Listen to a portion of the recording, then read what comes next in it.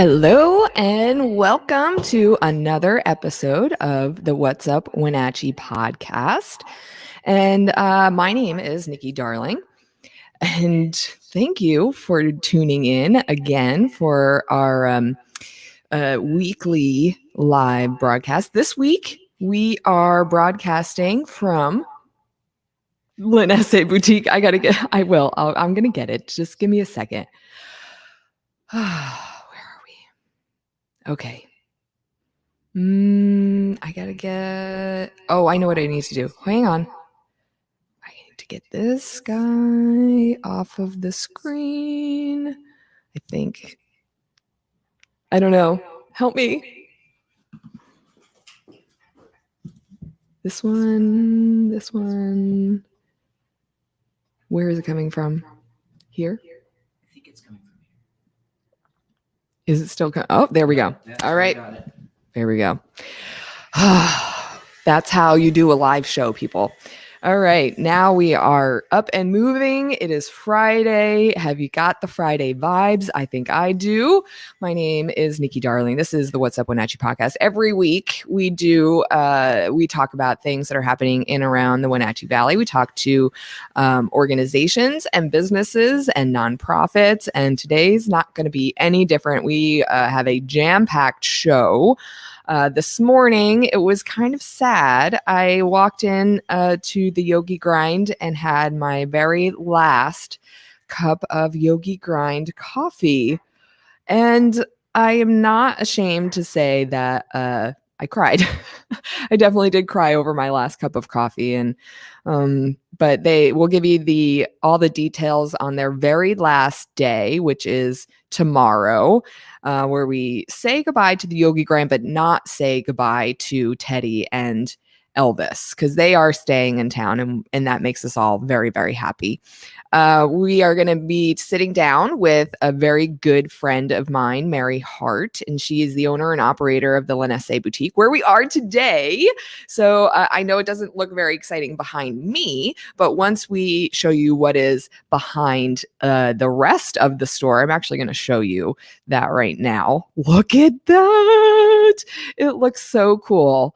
Like, we have a really good view. I'm even going to take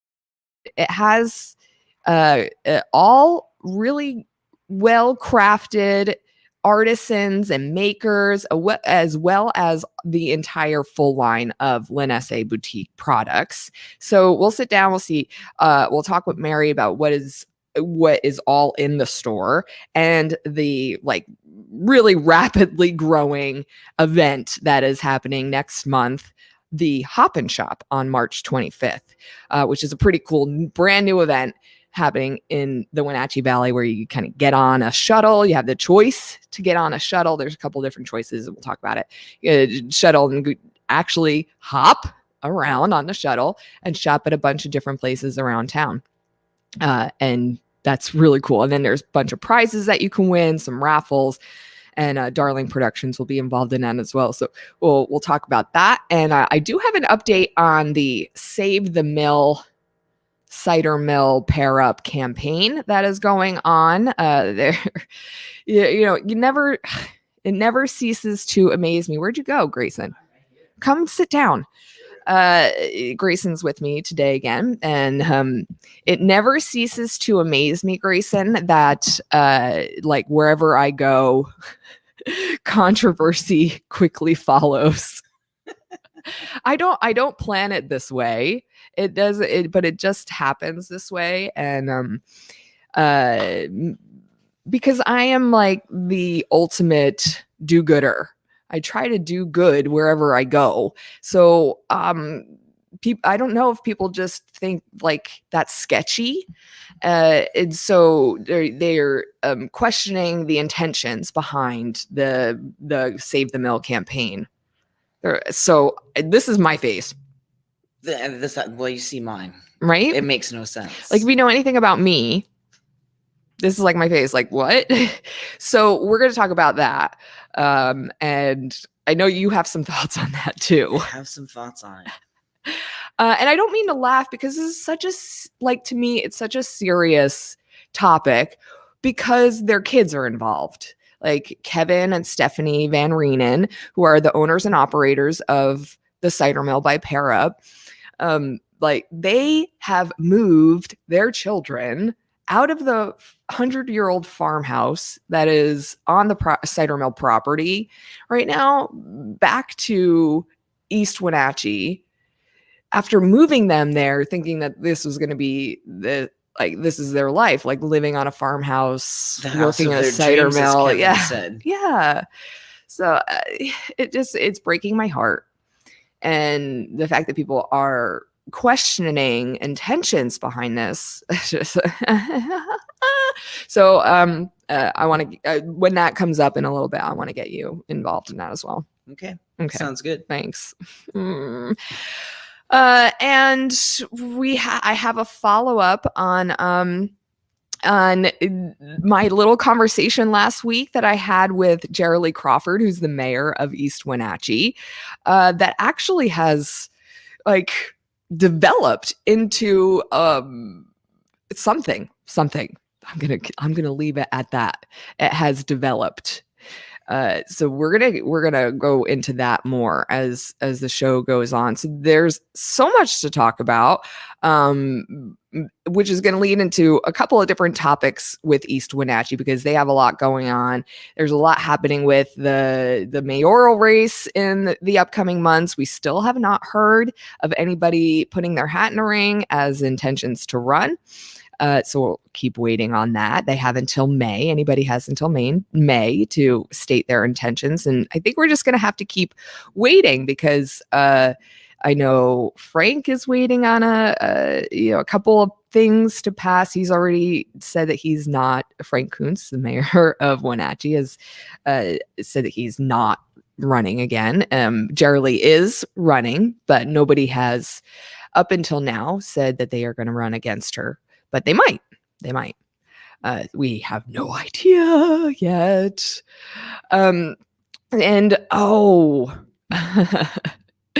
Cannot forget. I kind of want to forget, but maybe I'll start with this. This is where I'm going to start today because I don't want to talk about it.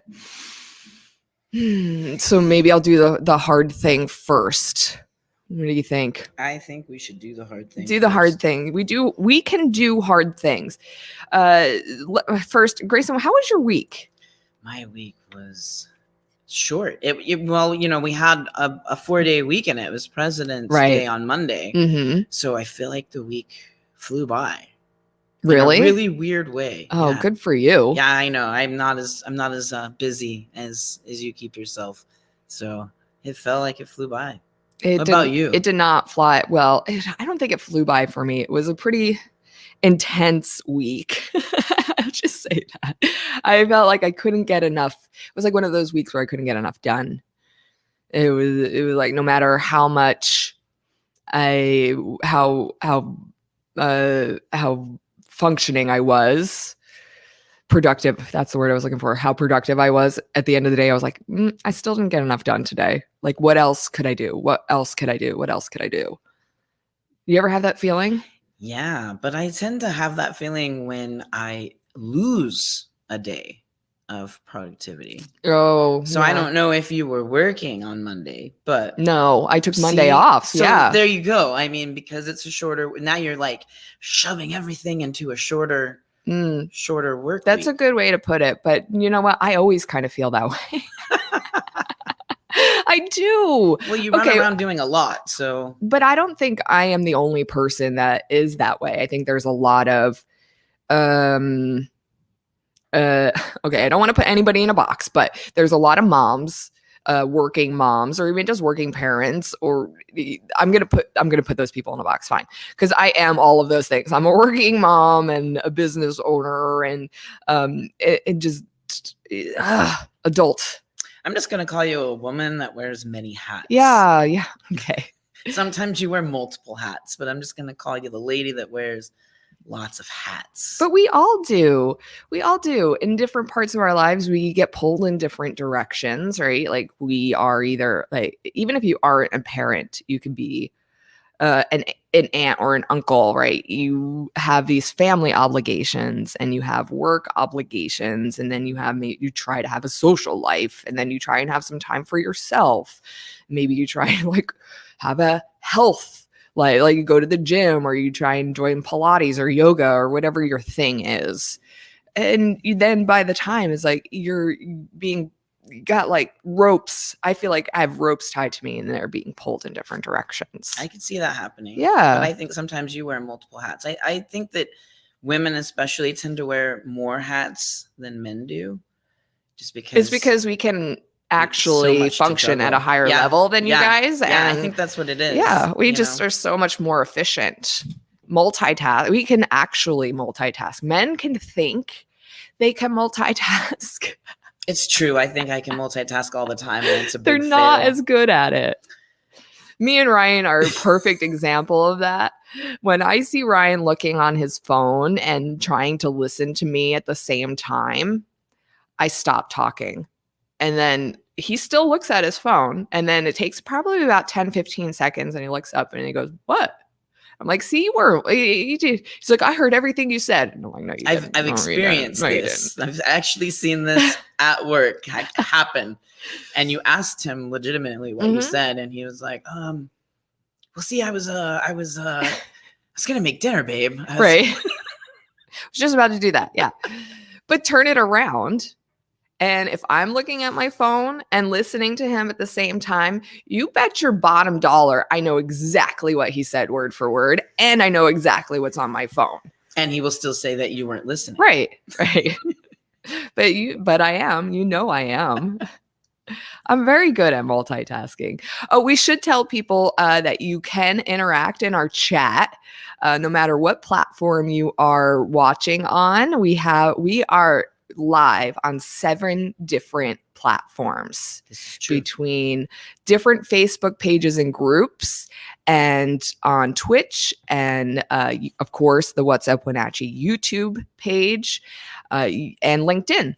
So wherever you are interacting with us from, you can put some comments and interact within the chat, and you can interact with each other and with us, and whatever you'd like to do. We love to have interactive conversations with you. We also have an interactive text line, and I'm going to go ahead and put that number up there for you. It is 509-795-5602, and that literally comes right to me. So if you text that, that will show up to me and I can respond to you, or Grayson. So one of us will you will get a response. We promise you. And we like talking with you guys because that's what this is all about.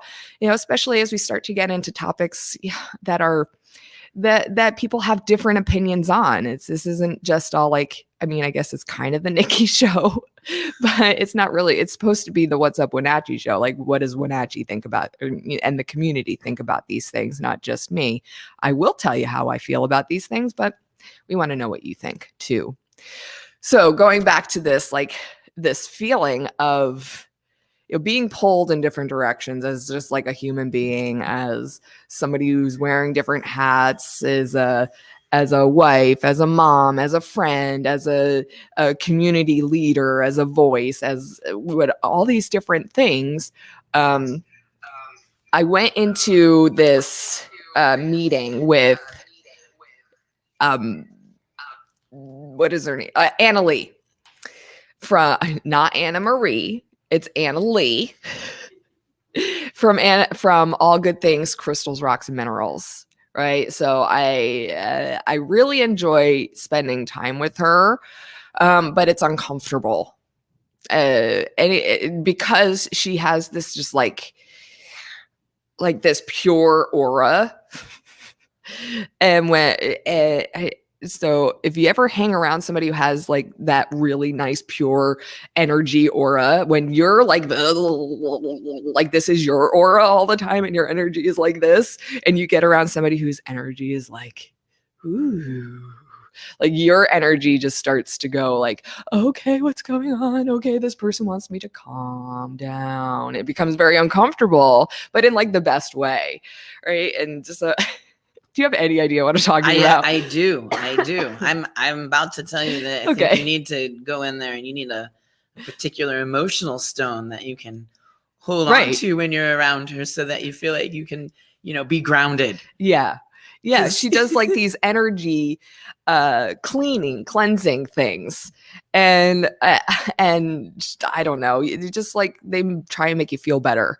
But she was trying to talk me into doing this intuitive reading. And I was like, no, I don't want to do it. No, I don't want to do it. No, I don't want to do it. Like she reads, like she gets these, like, she asks you first, can I like read your whatever, your energy? And like she just taps into it. I don't know. I don't get it.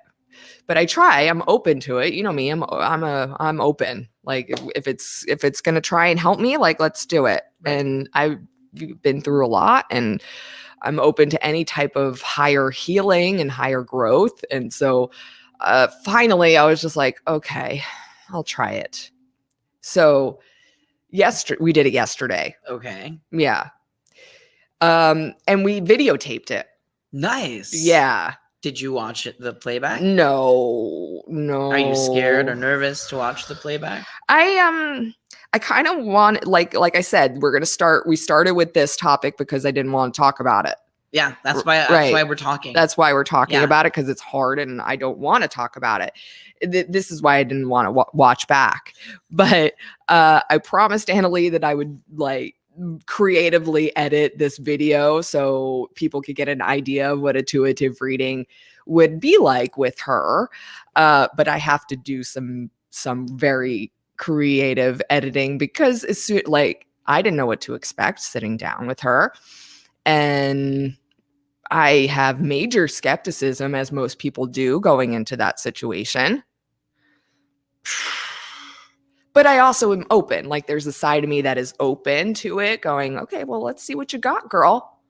Like, so you're kind of on the fence. Yeah. You're not really sure which way to take it. Well, I think that's pretty natural. I think most people go into it like that. Like, okay, well, let's see what you come up with. See what you got. Yeah. But I'm gonna remain pretty guarded. Right. And I'm just guarded all the time anyway. Like anybody who knows me, I'm a pretty hard nut to crack. That's putting it mildly. So it's true. It's true.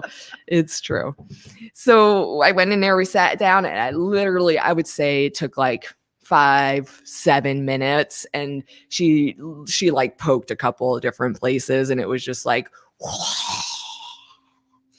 and literally the words that came out of her mouth were like, she's like this. And she's like, I feel like there is a rope tied around the middle of my body and I'm being pulled in different directions.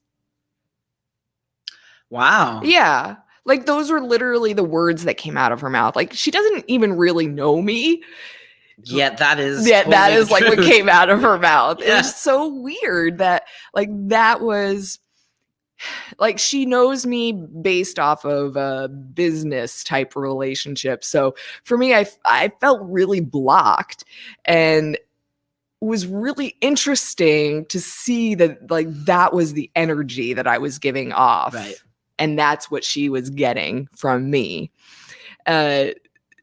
Because I didn't think that's what the energy that I was giving off. I like to think like, yeah, I know what everything is on the go. And no, she's like, nope, nope, you are like being pulled. And there was like some other things that came up, and about like some whatever. I'm an open book, like about abandonment issues and certain things about like childhood and it wasn't like I had given her much information and to go on. And I was like, I don't really know where this is, like, if this is really like a lot of people have abandonment issues from their childhood, so it could have really been anything, right? So it could go either way, but there were some really solid avenues that she went down where I was like, whew, girl, all right, that was heavy. It was heavy. Yeah. I've never met her, but I have a neighbor who goes to her, and I've heard a lot of really good things about what she's able to do in some of these readings. So I'm tempted to go myself and just do it for myself. I think it's really encouraging because I sit on the fence like you, like most people do. Right. And not really sure. But my neighbor got me like this healing crystal, right? At first I was like, yeah, what am I going to do with this phallic looking? I mean, that's what, to me, I mean, I'm like, it looks like the Washington Monument in my hand. Yeah. What am I like? A lot of them are like that. Like back and forth. Am I just like supposed to pray on it? And then once I like discovered what it really was, what it's really all about, I did feel like it was helping a little bit. And so for me, that was really encouraging. And then she got me one of these emotional stones, right? So I could be grounded and centered with everything I've got going on chaotically in my world. And I was like, again, same thing. What am I going to do with this tiny little smooth, roundish stone thing? I'm going to keep it in my pocket. Try not to play with it too much. Like, what if I lose it?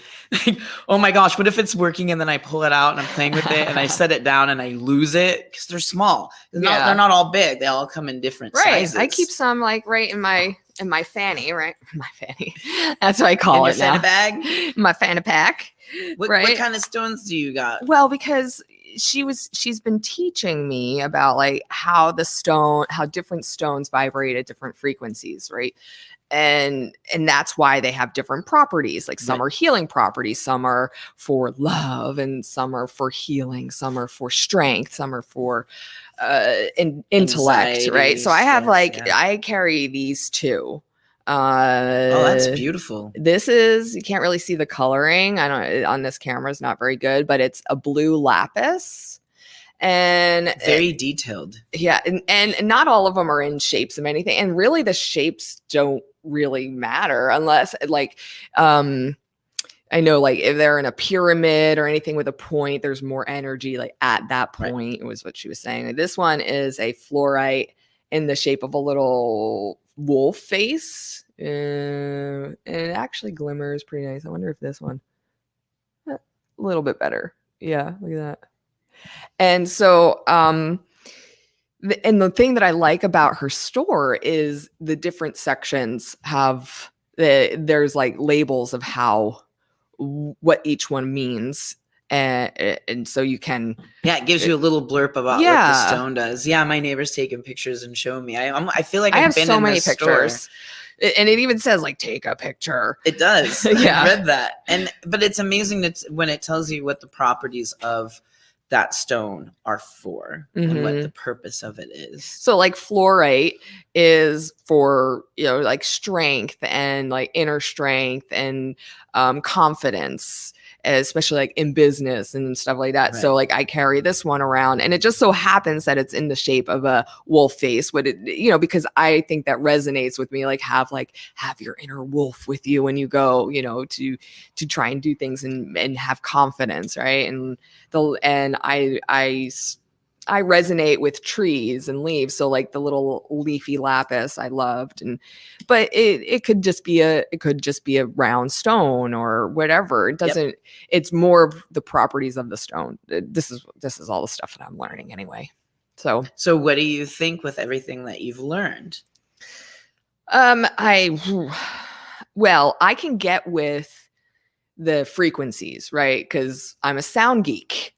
So I understand frequencies and waveforms and how they travel through air and you can't see them, and they travel through your body and you can't see them. Right. So that I can understand that, like I can get with that. Right. So I can get that this thing, and this thing and this thing and like everything in the world is vibrating at a certain frequency, and then that will affect another physical thing that is also vibrating when you put it next to each other. So I'm applying science to spirituality. There you go. Yeah. And that's kind of how one should tend to try to look at it, with an open mind and an open heart, and see how it jives with you. Because as human beings, we all put off a vibration, and each of us has a different vibration that we put off. And that makes sense, right? Because sometimes we really like people, we want to be friends with them because we have the same vibration, and some people we repel because we don't carry the same vibration. Right. And so the more grounded and centered we can be, and the more positive that we can be and put out, the stronger our vibrations are to others. And it's incredible. The more that I'm learning about it myself. So the more that I'm learning about it is it's kind of opening that door where I'm like this little bird on a fence, like, yeah, I see this, and yeah, I see that. But I'm starting to gravitate to, if I don't carry one of these stones in my pocket, I get really like, I have anxiety. And it has nothing to do with the stone. I carry the stone legitimately so that I don't have a lot of anxiety in my day. I don't have to worry about having anxiety sitting in traffic. I don't have to have anxiety being at the store. And that's what I've noticed. So I don't know if you have like forgotten, like you took it out of your fanny pack and you like left it behind at home, and then just had like this weird feeling like you were missing something and couldn't figure it out. But I have had that moment, and I'm like, oh, maybe it does have a role to play. Yeah, I had a friend who had a lapis bracelet, and lapis helps you with like focus when, in work and staying on track. And she said she left her lapis bracelet at home one day, and she felt like so scattered and was wondering why. I was like, you left your lapis bracelet at home, that's why. Yeah. It's I'm finding that to be the most incredible thing, because it's a little different than when you forget like your phone at home. Oh yeah, it's a completely, you'll know that it's a completely different thing. This is more of your personal vibration. And once you kind of understand that vibration that you carry, which this lady can totally help anyone with, all you have to do is just go and get one of these readings like what you had, right?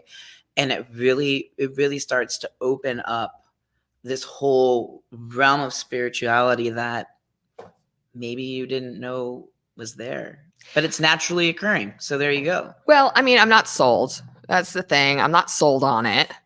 And I told Annalie that. So, and as somebody who believes in like, don't have contempt prior to investigation.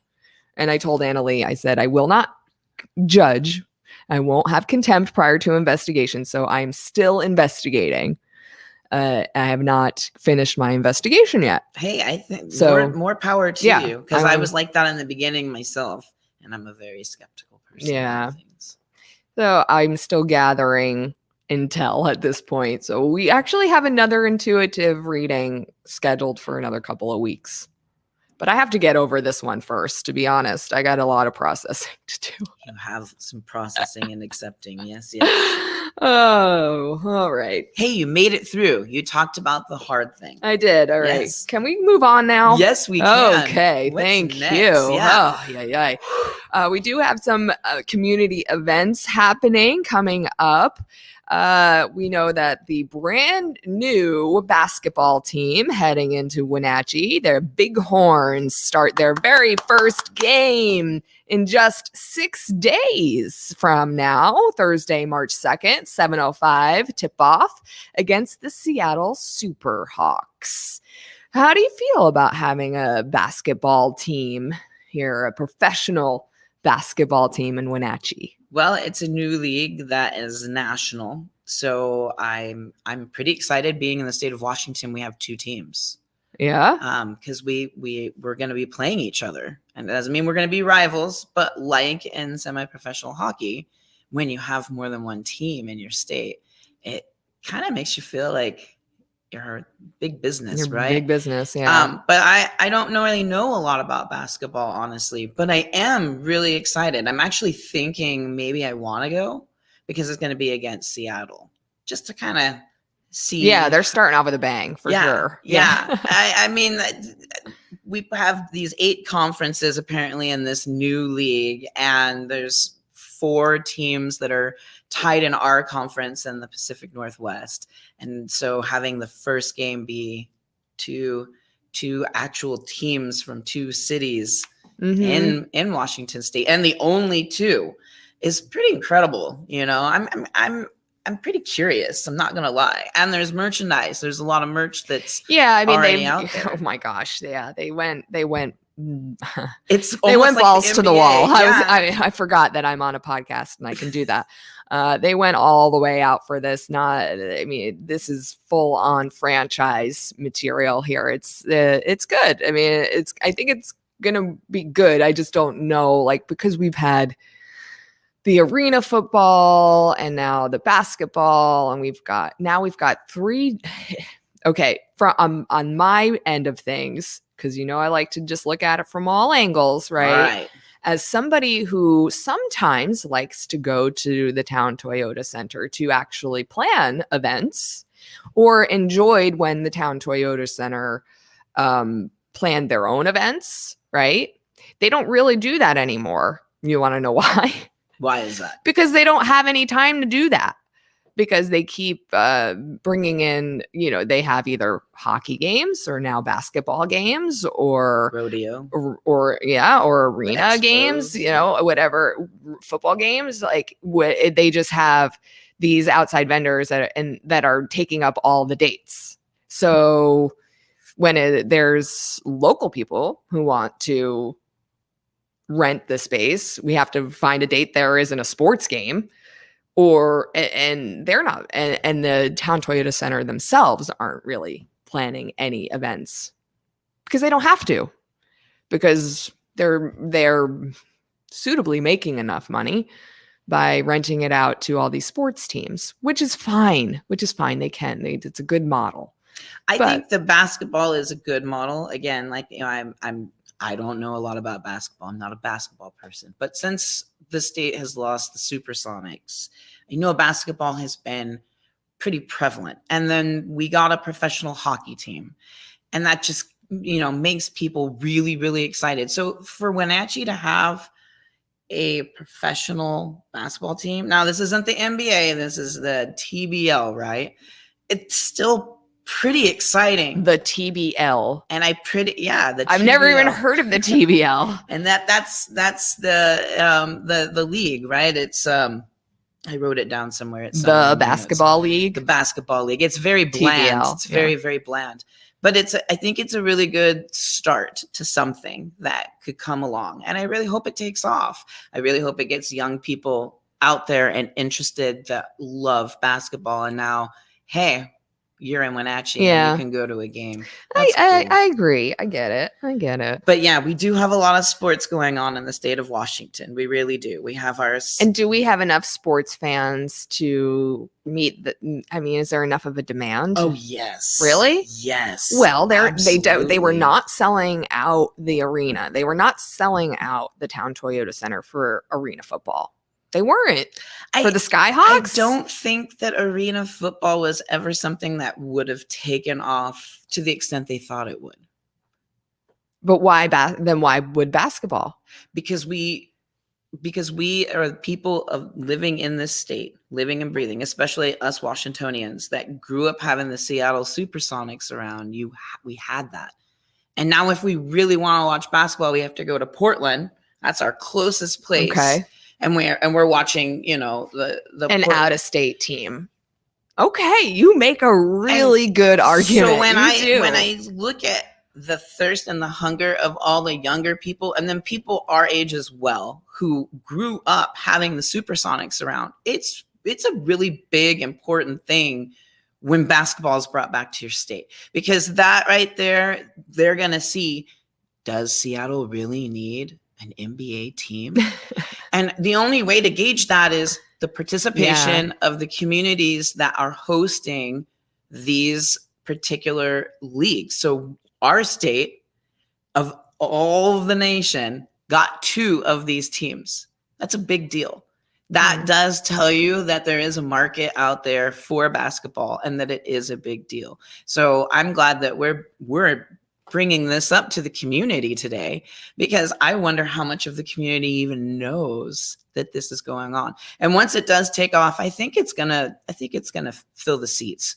I think it's gonna be no different than when the Wild play. I think it will catch on. I think it'll be like the Apple Sox. I think it will catch on. Okay. Dude, that's a great point. I gave you a lot of credit for that. Thank you. You're welcome. Because I did not think of it. I like it. That's why I keep you around, dude. All right. Can we move on from the bighorns? Yeah. What's the next order of business? Well, we're talking about different events that are happening in the area. Another event happening a little bit later on in March is My Girlfriend's Closet, which is put on by the Women's Service League of North Central Washington.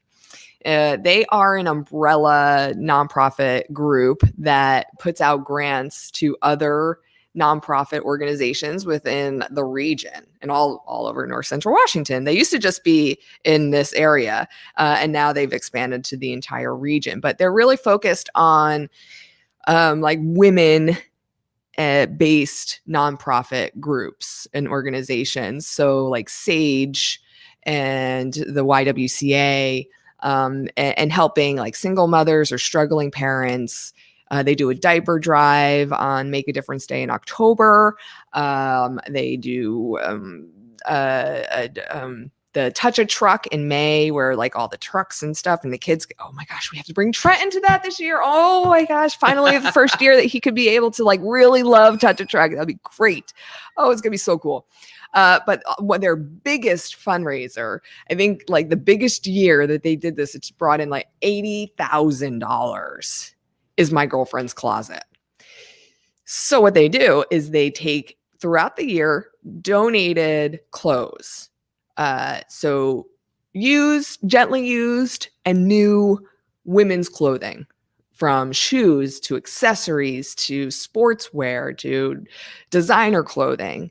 And they take all the donations, they go through them, they sort them, and they put up a store for 3 or 4 days. Okay. This year they're at the Valley Mall Parkway, or at the Valley. They're at the Wenatchee Valley Mall, where the Bed Bath Beyond used to be. Yeah, the big store, like the huge big Bed Bath Beyond store in there. They're in there, taking over the entire store. So you can imagine how much they could fit in there. And 3 days, and they sell as much as they possibly can. Obviously, it's discounted, right? Like it's used prices. And then all that money goes right into their fund to give grants to other nonprofits across the region. That's pretty incredible. Isn't it amazing? All of their proceeds from that go for that. That's pretty incredible. It is. It is pretty amazing. And it's been a really popular event every year. And it is their biggest fundraiser throughout the year. It's going to be March 17th, 18th, and 19th at the Wenatchee Valley Mall. So they're starting to get the word out about that. I wanted to make sure that everybody knew that was coming up. Even as we move along today, we are going to get a chance to talk with Mary Hart. She is the owner and operator of the store that we are broadcasting live. So if you look behind Grayson, that's why I've been keeping you on screen so much today, because I want to make sure that we highlight as much of this beautiful store as much as possible. This is the LanAcie Boutique. It opened soft open in November. And then did a grand open in December. The LanAcie line is all soaps, bath bombs. They've got beard oils and lotions, and they're expanding their line all the time. And it's all I use. It's all my husband uses. It's all my kids use.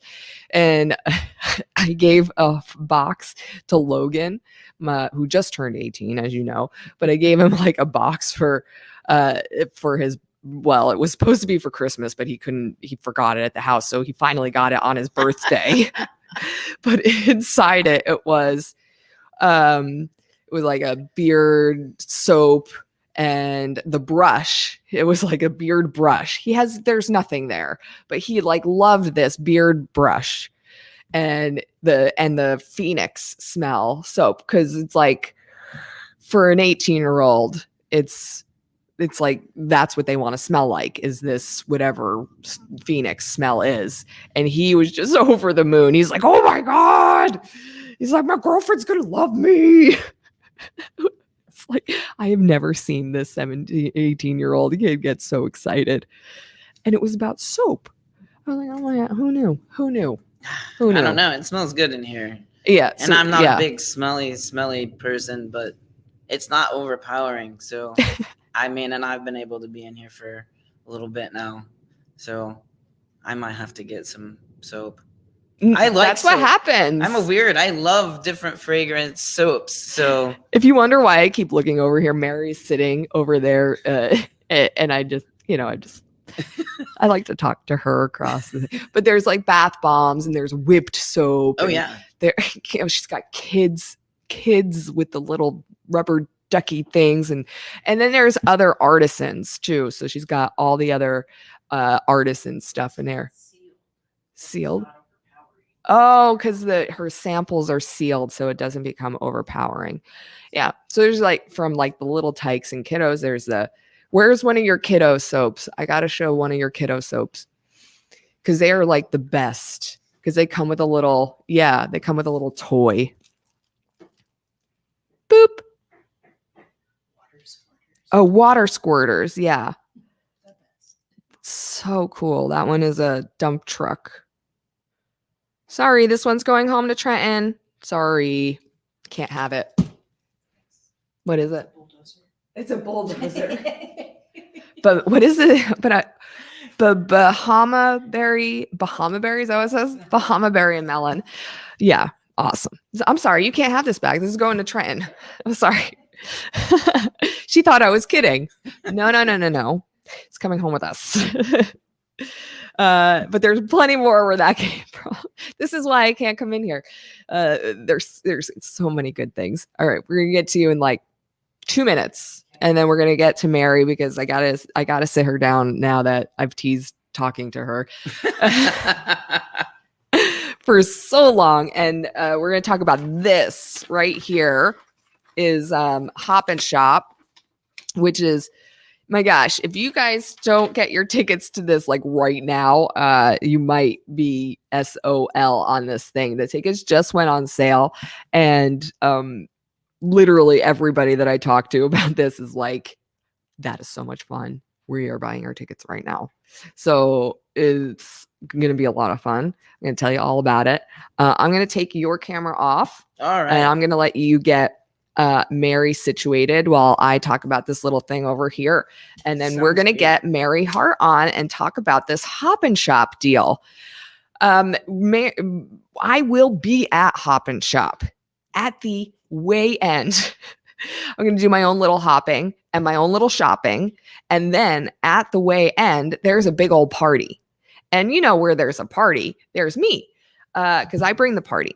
So we're all going to end at the same place at the same time, and I'm going to bring the lights and the music and the prizes. There's going to be lots of prizes to give away. So I'm going to lead off that big old party for, I don't know, however long we want to party for.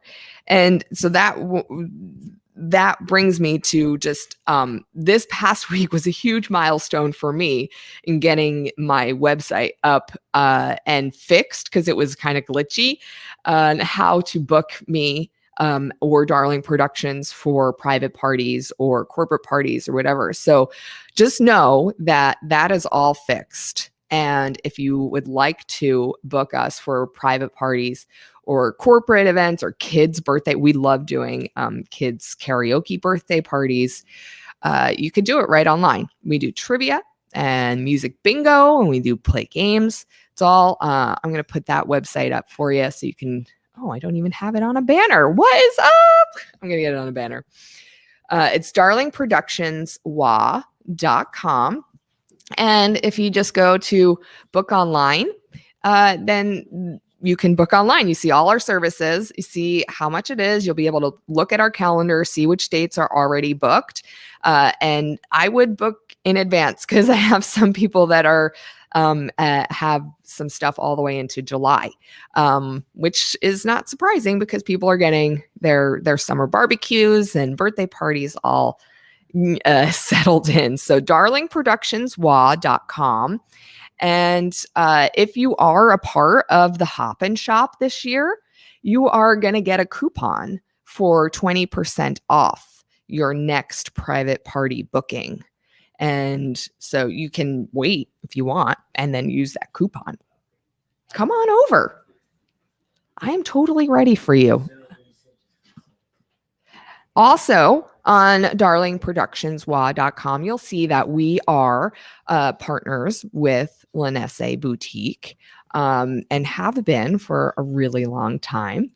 And on there is going to be a link. We're going to get you over to LanAcie.net where you can buy your tickets for Hop and Shop. They are on sale right now. When did they go on sale, Mary? They went on sale Friday. Friday. And they're already selling. Oh my gosh. We already got people on the bus.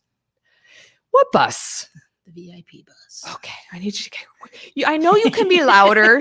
Stop it. You are not soft-spoken. Don't even. All right. So we're really excited about Hop and Shop. This is like your brainchild, isn't it? Yes. So tell us, it's March 25th and literally we're hopping and we're shopping. Yes. From how many different places? It's a total of 12. Whoa. In a span of how many hours? It's approximately 6. So depending on your experience that you choose. So we're hopping, we're shopping, and then we're dropping. Yep. Yeah. At the end of it all. Yes. Because that's a lot of work. But it's a lot of like small businesses around town, places that people really want to get to. And so they have 2 experiences. You can either get on the bus or do a self-guided tour. Exactly. To all of these 12 different places. So you get a little card that has the different places on it. As you hop and you shop at the different places, you get your card punched. Yep. And if you get your card punched in different places, that can get you a raffle into some prizes, right? Exactly. And what kind of prizes? Oh, it varies from store to store. So we've got All Good Things put a beautiful basket together. So, and then everybody's starting to turn them in now. Yeah. So I'm just starting to see what everybody's put together. Inner Grove put together a fabulous tea. I was going to say, is that the tea place? Yeah. Tea, They're yes. awesome. So some of our stores that are right here in our community that we walk right past or we might not know, or that we'll be able to go in, experience and check them out and see what cool things they actually have in. But that's what I like about it is that you chose like some places that you wouldn't normally stop at. Yeah. That's right? what my husband and I do. We usually go to the place that nobody else goes to. So, and they always have such cool, abstract, different things and people don't know about them. Usually it's humble, quiet people that own the places. Yeah. So walk into some of them and the experience just walking in, you're like, how did I not know? I've been driving to Leavenworth or I've been going over the mountain to get these things and it's right here at Main Street. Yeah. That's how I was about the tea shop. Yeah. I did not know. So and I told her, I said, I didn't even know you're right here. Oh my gosh. Yes. So I'm pulled this up because I can't because I can't remember all the places that are. Do you remember all the places that are on the route? On the route? There is a route. Yep. Oh, it's right here. I've got it. You've got So All Good Things, Inner Grove Tea Company, Firehouse Pet Shop, Simply Unique. Ooh, Simply Unique. And I love that store. I would I don't know if I would make it to Simply Unique because I get stopped at Firehouse Pet Shop. Yes, for hours. Yep. And the bus is the Wenatchee Valley shuttle. Yes. Yeah. Yes. Wenatchee Wear, which people pass by all the time. Yes. Oh my gosh. The Ye Olde Bookshop. Oh, that's my favorite place. Yes. And if I didn't get stopped at Firehouse Pet Shop, then you would have to leave me at the bookstore. I Yes. think. Uh-huh. Yeah. The Time Capsule. Yes, My that was. gosh, And that you was picked such good places. Yeah, and that was a new, unique one. I lost my husband in there. When Yeah. we went in. Yeah. Tumbleweed Mm-hmm. and Mountain Chick Floral. Oh, I know. I kill plants, but I love that place. Well, I do. I just have to. I Keep bought coming you. back. I bought you a gift from that place. Yes. It was a notebook that said the plants may be dead, but all the kids are still alive. Yes, right. exactly, and it's Yeah. very appropriate For both of us. Yes. For both of us. Neither of us have a Yeah. green thumb. And Henry Harrow. Yes. Beautiful store. Yes. I have to like close my eyes when I go in there. I'm like, oh my gosh. I know the pillows and pillows Okay, and don't pillows touch and pillows. anything. Yes. I can't bring my kid in there Mhm. because I'm like, I don't know what he's touched. And then he's going to try and touch everything. And then I'm going to have to buy it. And then I'm going to have to take out a loan. Right? Yep. Because Yep. everything looks gold plated. Yes. Like it might be 24 karat gold. I'm not quite sure. It's a gorgeous. I'm going to store. be in debt to the owner of this place. Mhm. No, it's a beautiful store. It Yes, really is. It is. Yeah, they're great. They're really nice people too. Mhm. Yes. So you have some really great stores on here, worthy of hopping and shopping. Yes, and the people behind it are equally. Yeah, Every one of them, like it's, and a lot of those are first time me meeting the owners, but the personalities and the I can and sure I'd love to do something with Yeah. the community was huge. I So. think I know almost all of the owners except Inner Grove. Oh, That's the only one I haven't met. yes, she's very soft spoken, but she's such a wealth of knowledge About Imagine that on tea? tea. Yes, and her store is beautiful. Really? So yes. very Oh much. man. You need to go. Does she do like tea times? Oh yeah, she has. When you walk in there, she already had tea going that you can test when you were in there. Because I left my cup behind by accident. I got all the way to the car and then remembered. Oh. Yep. Okay. That's definitely a have to go Mhm. for sure. And then so you can either do the shuttled day VIP experience Mhm. where they drive you around, hop on, hop off the Yep. shuttle, or you hop in, hop out your own car and drive around. So you have both of those experiences. You can pick those, buy your tickets, buy your spots. There's only a certain amount of spots, right? Yes, the VIP, there's only 34. Okay. But the self-guided is an unlimited Yes. amount. Okay. Perfect. But if you want to go VIP, then Plus, the VIP gets to actually go to the raffle drawing. oh, The others will be yeah, viewing right. it on Facebook Live from the comfort of their own home Okay. or their car or wherever they are. Well, I kind of like that because not everybody is a party Yep. in person kind of person. Yep, that's why I did two different ones. Yeah. I have friends that are want to do things their way, and I have friends that are like, spoil me, drive me around.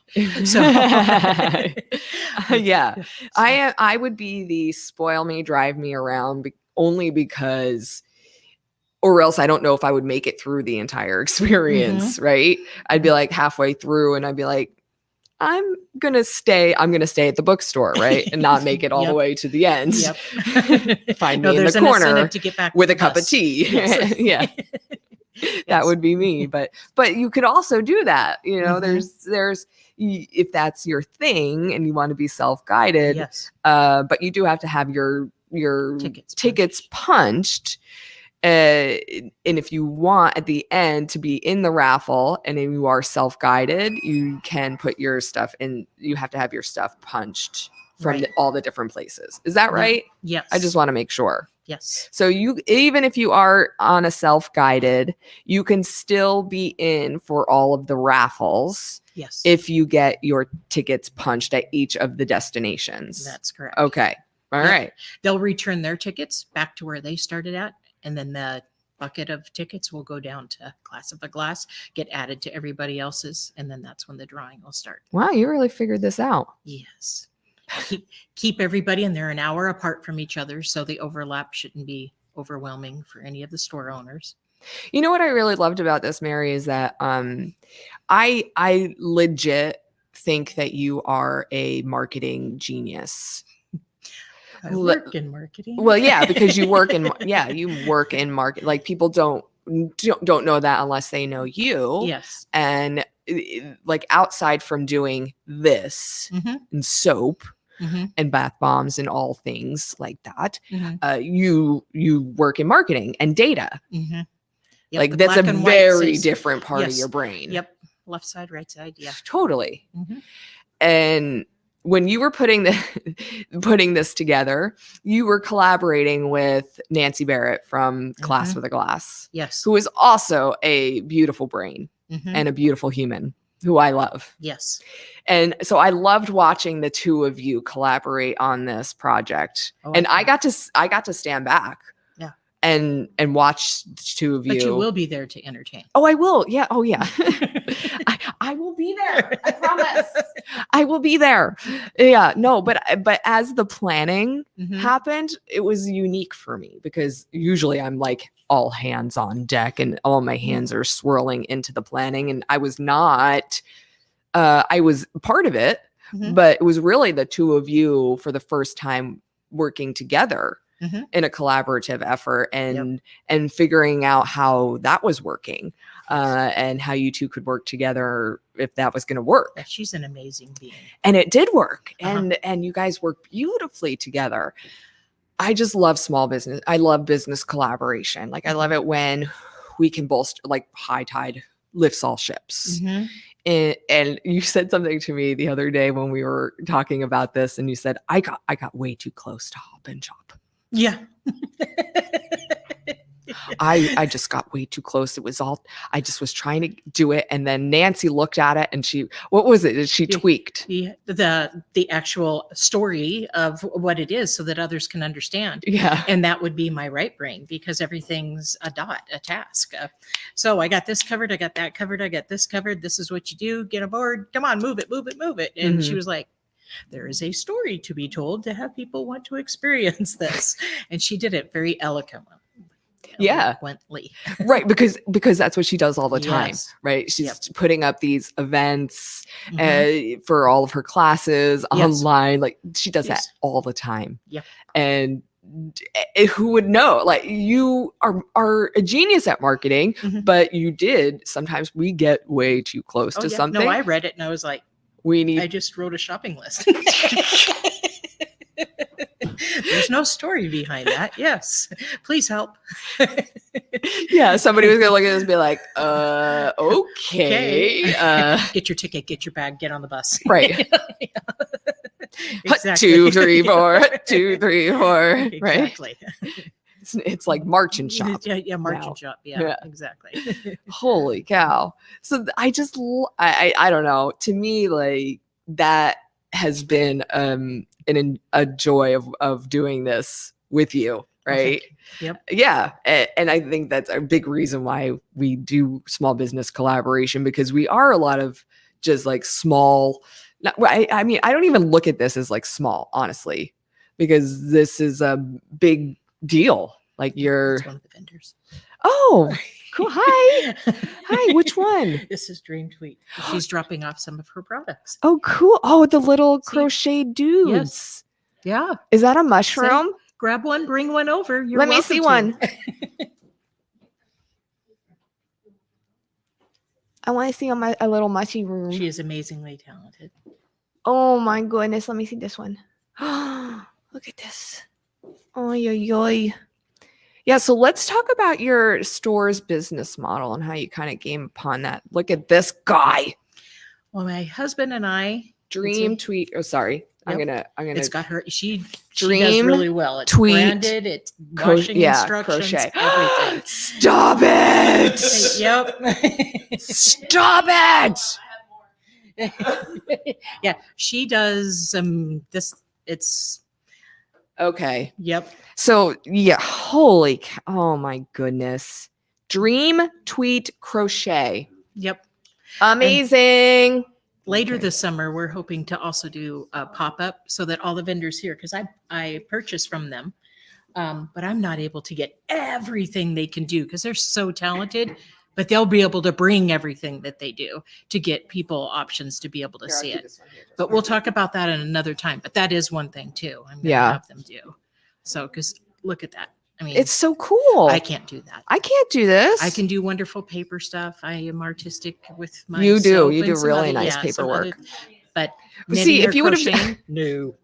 if you would, this words that I never would have thought come out. You do really good paperwork. Yeah. Yeah. But like, Bookmarks. yeah, Yes. yeah, paper. Paper. Yes. Oh, is that a little octopus? Yep. Little octopus. Very cool. Oh, there's his eyes. Don't give this to Ellie. No. No, That'd last like that's 2 her seconds. puppy at That home eats that everything. chews everything. Very sweet.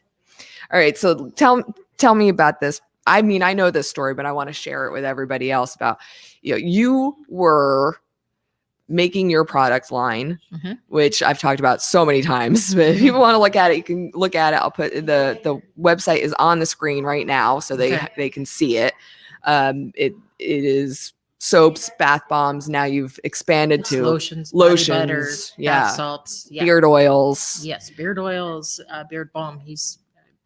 Your husband It's has just- gotten in on this too now. He's in on it. You have wrangled him in. Yep. But then you got the opportunity to actually open up a storefront because you were only doing this out of your house. Yep. You were selling at the artisan markets. Yep. You were doing the hustle. Yep. And online. Yep. And online. Yeah. And then you got the opportunity to open up a store. Has this always been like the dream or Yes. what? Yes. Mhm. And I'm on my path it's of what scary. I dream of. It's Yes. really scary. And I've been with you through this entire process. But when you were going to open up the store, I don't know if I necessarily knew that it was going to be this wholesale model that you Yeah. have going on. Mhm. So how did that come about? So I make soap. And if you open a store that just has soap, you're putting yourself in a little box. So Yeah. that's one thing. And all my friends made something. And if they opened a store, they would just be selling that one thing. And during all of those years that we had been going market to market, we made friends along the way. Like the first rainstorm, we didn't have sides on the side of our tent. People came running with their sides and put it up. Who gives up their side of their tent for some? I mean, it's those type of people. But when you go with the vendors doing those, you do make that type of friends. So when I first started here, I believe enough in several of those vendors that I said, I will buy your stuff wholesale. If it doesn't sell, that's my problem because I believe in you. And the one thing is they dictate what the retail price is. And I don't deviate from that unless we work on it together to do that. Right. So that I'm never undercutting, they're never undercutting, that type of model. And we both grow together. If they have a customer that needs a drop off and it's not necessarily something I sell here, they bring it to the desk, their customer comes in, it picks it up. They grow, I grow. We're both helping each other. So it's a community, almost like a co-op, but it's a community. Yeah. Community. And then word has got out from vendors that I currently do to other vendors. And now instead of me seeking out vendors are coming in Yeah. wanting to be part of it. So I can see it actually moving, growing, and getting to where I want it to be without me seeking out, and beautiful stuff. So When you were first opening, so many people were asking me because I was helping to get the word out for you. Were asking me if you were consigning the Yeah. products, and adamantly said no, not consigning. You were actually buying the products wholesale from the vendors, Yep. which I thought was brilliant. I continue to tell you that is a brilliant idea, but not everybody would be in a position to be able to do that. As opening up their first storefront. no, I'm definitely all in. Yeah. But- It is a financial No, I only move as undertaking. fast.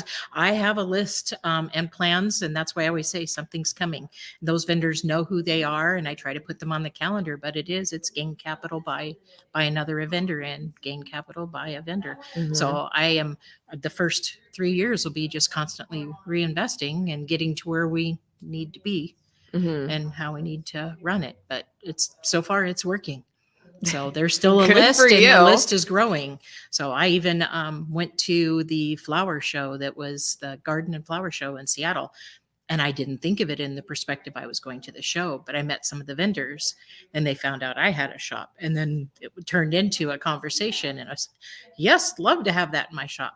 And meeting vendors that are also local. Some of them were right, part of the mountain over or on the other side of the mountain. But I had never even thought about it in that perspective as well. Right. But those are our local economy. They travel over here like to our apple blossom. Sure. So that was an interesting moment when it took that turn, because I didn't even bring business cards. I was looking at flowers. I was just looking at flowers. Yeah. So, Yeah. I mean, what do you think your capacity is for this store? Because how many vendors do you have now? We have grown. So like when you opened, I was like 10 local artisan vendors. Yeah, no, we're probably about like 13, 14. Okay, yeah. Yeah. I mean, you just added Yeti, right? Yes. I was like, Yeti yes, that is really hard too. You couldn't even keep that salted chocolate caramel pretzel thing on the shelf yesterday because I ate the whole thing. Yeah, and you can't tell I did the ordering. It's like caramel. I'll take caramel, and I'll take some caramel, and dark chocolate, and some caramel. Some caramel. Well, we haven't that's my husband and I had the conversation. We have plants that are actually on the floor, and we have wall space that is not used. Right. So we have a lot of room to grow in here. And plus our current landlords that we have here are fabulous people. So I think our potential to stay here and do well will be great. I think you're going to be doing great no matter what. You are. I mean, the model is brilliant. And the fact that you base it off the fact that you are supporting the people who supported you in the beginning, and then that's only going to come back to you, I think, tenfold, right? Well, and the quality of those people are amazing. So, well, that helps. I mean, that helps. They're just good, genuine people. Yeah. So, and that is the one thing that I have said from day one when somebody becomes a vendor here, that if there is a community event or something like that, and I want LanAcie to be involved, it's not just me and my husband and the kids and grandkids. It is all of the vendors. When I say LanAcie, it means everybody. Right. And we should mention, like, this is like truly a family business for you, is it not? Yes. You talk about your husband, but also your kids and your grandkids. Yes. They are all involved. Yes. Your husband helps you actually make the product. Yes. And your kids work the store. Yes. Your grandkids help you do all of it. Yes. So that's just my one daughter designed the bee's knees that just came out. Yeah. And my oldest grandson that is here in town actively can check people out. So cool. He knows how, and yes. How old is he? He is 11. 11. He also knows how to make the videos. So some of the videos are actually all put together by him. I'm sorry, I'm going to poach him. He is now an employee of Darling Productions. Yes. He absolutely loves taking, and he takes some of the product pictures as well. All of the decorations that are on there, they help punch. They help put on. They have their own little aprons. It's a labor of love for sure. If you look at one of your just bars of soap, it's not just a bar of soap. It has character and I'm known for the wrapping detail to it. Yeah, design and stuff. I do marketing genius. Like I want it to look pretty. Presentation. It's more than just a bar of soap when you're giving a gift. So it's a smell. The smell will jog people's memories. So sometimes when you're giving something that has a smell, it can bring back grandma, or it can bring back, something that you think about. And then if it also looks good, it's not just a bar of soap then. It's a gift, a present. Yeah. So that is why it is wrapped appropriately. And we've talked about why soap in the past. So if you do want to ever hear my original interview with Mary, because we have done interviews in the past, we did talk about why you got into making soap and the history of that, and in a different interview. So you could go back and listen to that in full, because that was a pretty good discussion, and we're going to get you on the program even more in the future. But I just love you. Well, thank you. And I'm so proud of you. Honestly, I'm so proud of you for doing this. Like, I remember when you said that you were going to do this, and I was like, no, she's not. Oh, yeah. And then I went, oh, yes, she is. Oh, yes, she is. There's no way that she's not going to do this. Like, she's going to do it. Painting, tearing up carpet. Yeah. Yeah.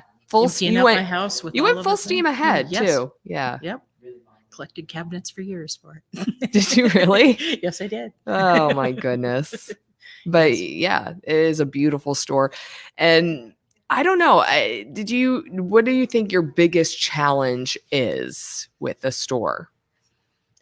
Location, because we are in the back of the store. That's probably our biggest challenge. Okay. But our name is getting out there. Mhm. So, and doing like Hop and Shop and joining with some of the other ones that, like I said, you can be on the main street and still get walked right past. That's true. So, yeah. So, it's just going to take some time to interact more with the community. And I'm looking forward to that. Chamber of Commerce has been really, really nice. Amy has been a pleasure to work with. Mm-hmm. And Did you hear that Amy's leaving the Yes, Chamber of Commerce? Yes, I did. Isn't that sad? Yes. Ugh. We're very, very fortunate to have got her. Yeah. Well, I believe she is going to be heading up to Mission Ridge. Yes. Yep. Well, I know that people are finding their way here slowly but surely. Oh, Hop and yes. Shop is going to help. And I will continue to educate people on your location. I think the hotel helps. Mhm. They're right next door to the new Avid Hotel on the north end of town. So Mhm. that is a good landmark. But the first time you find it, then you'll Yeah, never forget there's where it plenty of is. parking. Yeah, Yep. there is plenty of parking. And you can come here and then the Crystal The store. store, Yeah. yes. Uh-huh. And then you're broke, so go home. Between Yes. these two places, I could spend all my money. Like, I come to this parking lot a There's lot. some other wonderful businesses within the building. There is. Yes. You know me. I just come park in the parking lot and then I'm like here for, however long. I just go boop, boop, boop, boop, Yep. boop. Sometimes you can walk in here and you'll hear little feet because there's a dance studio Oh. above us. So they're doing their lessons up there. Isn't there a yoga studio for you? Yes, but I think it's at the other side. Oh, okay. Yeah. Okay. Those ladies are quieter.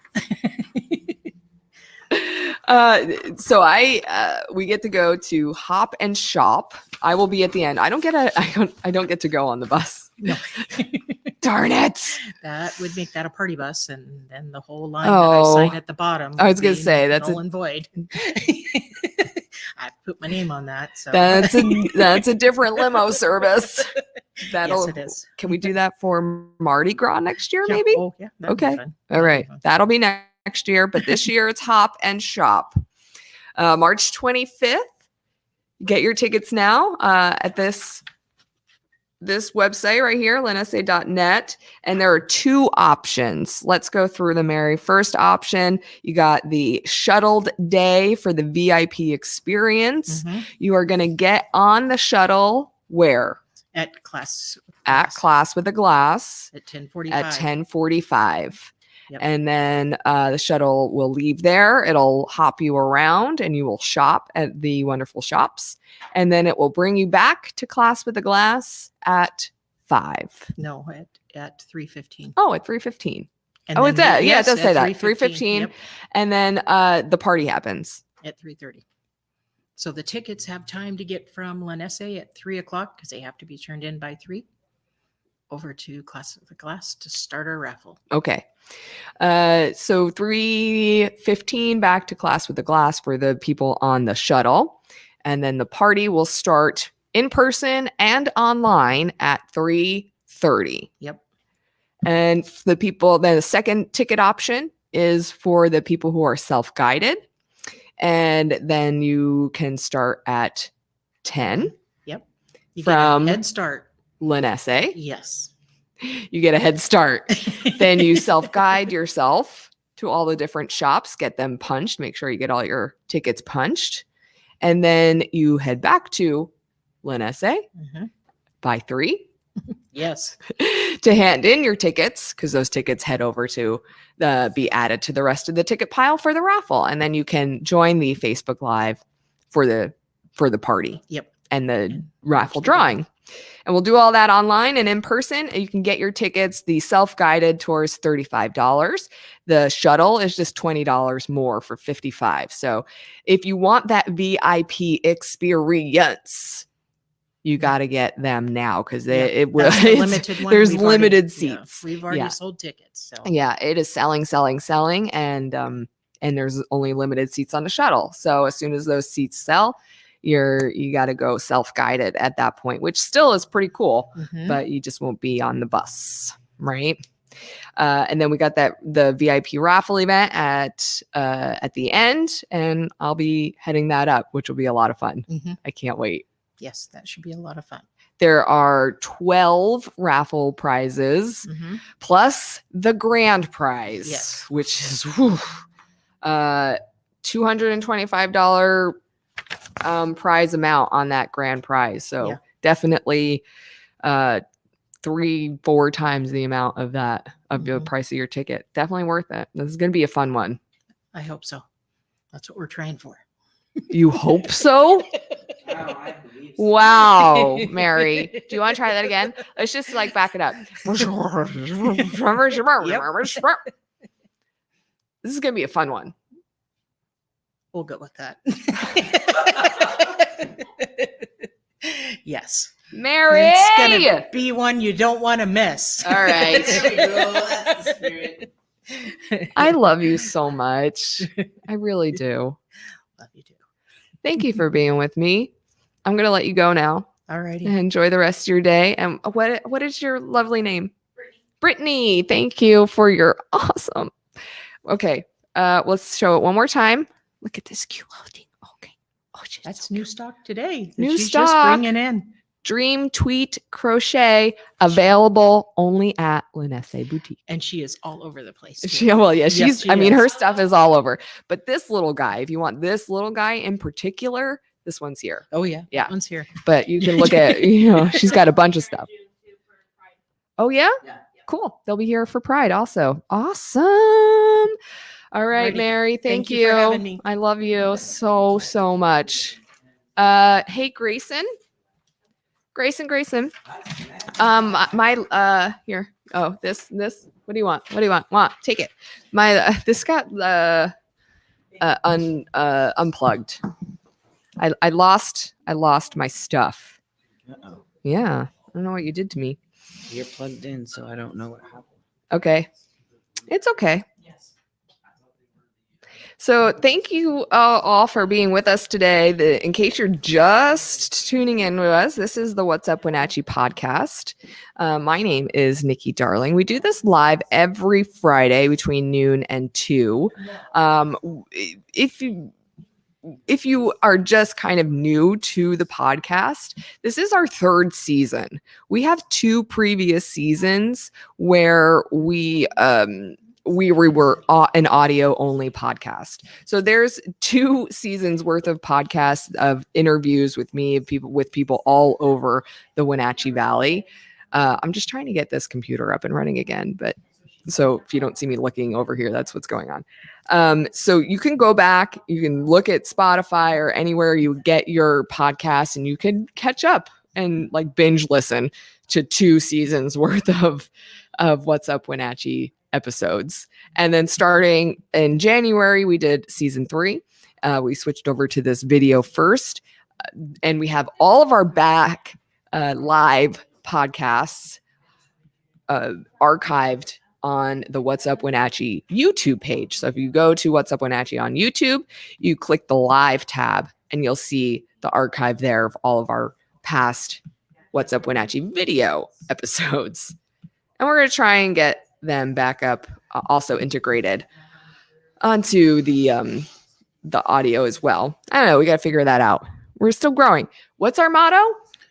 We're getting better every day. Yes, we're getting better all the time, for Or sure. that. Yeah. Yeah. It's close. Sorry. It's close. It's close.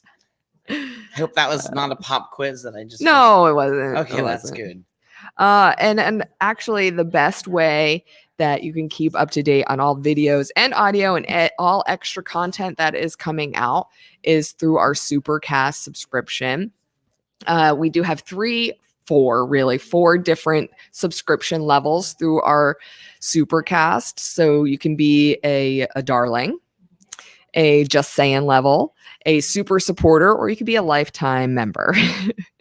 And they have different subscription amounts per month, but we do giveaways. We're going to do exclusive only interviews and all different things. We're going to find fun ways to get and give things away. I know if you sign up, we are going to give you a I didn't bring it in, but we have those cans of the Safe Light Auto Glass Professional Glass Cleaner for the first certain amount of people. As many cans as I have, I will give away. So the first so many people that sign up as subscribe, I will send you out a can of that professional glass cleaner as a thank you. It's amazing. It really is good. In case you missed that in the last podcast that you had spoke about it. Yeah, it was really probably better than a lot of other things out there when it comes for cleaning your windows and mirrors. Right? Well, it's like professional. I don't know. It's like professional. It's like professional. It is professional, but it's the real deal. It's stuff that I don't think you can buy, to be honest. You have to know a guy. And I know a guy. I don't know the guy. Mm-hmm. But See, I know that if I sign up for a podcast, I potentially could get a can of this magical professional window cleaner. Yeah, the thing that I like about Supercast, and I put the website up there, www.supercast.com is how you do it, is because it's different than Patreon. You know, people send people over to Patreon to support, and you could do kind of the same thing. You can give people exclusive content, and they have to have this subscription model, things like that. But the thing with Supercast is that you can actually subscribe through wherever you listen to your podcast. So Spotify or Google Podcasts or Apple, and it will update you through that app. So even if it's like video content like this, it will update you that something new has come through. So it's the best way to stay updated about what is going on, as well as subscribing to the actual channel that you are most active on. So Facebook or YouTube or Twitch or LinkedIn. Is anybody most active on LinkedIn? Professionally speaking, I don't know. I haven't looked at my own LinkedIn in quite some time. I know. Quite some time. That's not good. But yeah, I imagine that it has a pretty big following of people. I'm constantly getting notifications. Okay. Social media, and we're always growing and growing into it. I don't really use it all that much, but I do see other people use it. Yeah, I use it. Okay. We're gonna move on. I want to thank Mary for spending some time here with me. Thank you, Mary. Thank you, Mary. And thank you, Brittany. You're welcome. She's adorable. I love her. And don't forget about Hop and Shop. It's coming up. March. Yeah, March. I was like, what? March? Yes. March 25th is Hop and Shop, and you can get all the details at LanAcie.net. So we do need to get into this deal with the East Wenatchee mayor and all that. But before we do talk about that, I want to get into this deal about what people are talking about with the cider mill, the Save the Cider Mill. I know. Take a deep breath. Really have to breathe on that one. Yeah, take a deep breath before we get into this. Everyone take a deep breath.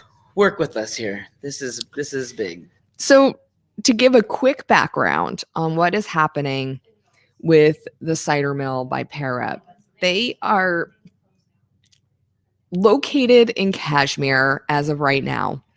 So they haven't always been located in Kashmir, but they're currently operating out of a cider mill in Kashmir. And the owners are Kevin and Stephanie Van Reenen, and they moved themselves and their two young daughters into the 100-year-old farmhouse on the property on 8 acres in Kashmir, and started operating out of the cider mill there, making Pear Up cider and seltzer and hard seltzer and Yeah, so you have your non-alcoholic. dream house and this Yeah. amazing business on this one property. Yeah. Yeah. And then shortly after, even before their big grand opening, their neighbors start to harass them. Say just unwarranted, like not wanting a renovation of the property, not wanting any growth on the property, because now these are new owners, so they have a vision for, they're going to add a tasting room, and they want to bring in some live music and art painting classes, and Just basically people that purchased a home that didn't realize the zone in which they live, that want to, make this big kerfuffle out of nothing just for a small business to run. right. So the neighbors had lived there for I don't know, decades, and they own 80 acres next door, but they have a shared roadway, shared driveway with the cider mill and the cider mill property. So that's where the problem came in, is that they have this shared roadway, which Kevin and Stephanie actually upgraded a bit to make it a better shared roadway. And anyway, so the complaints that the neighbors and were making were false. They would complain that they didn't have the right licensing or right permitting. They would make a complaint to the liquor control board that they were, pouring without a license in a tasting room, or there was something about didn't have the right business easement, which isn't even a real thing. And so all of these complaints turned out to be false or unwarranted by like the liquor control board or whoever else they were complaining to. But it kept escalating. And then it started to become like petty. Like the neighbor would plow into their electrical grid or electrical box or something. And then they had to, pay for their electrical box to get fixed. But he did it on purpose.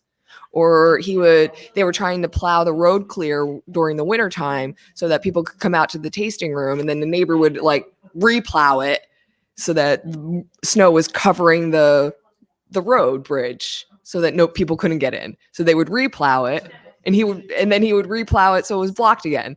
It was just like petty, childish stuff. And there are people like that out there. It's right. sad. These are the types of people, unfortunately, that Kevin and his wife and his family have to deal with. And people have to deal with this stuff all the time. It's not illegal. It's not illegal to do that. No.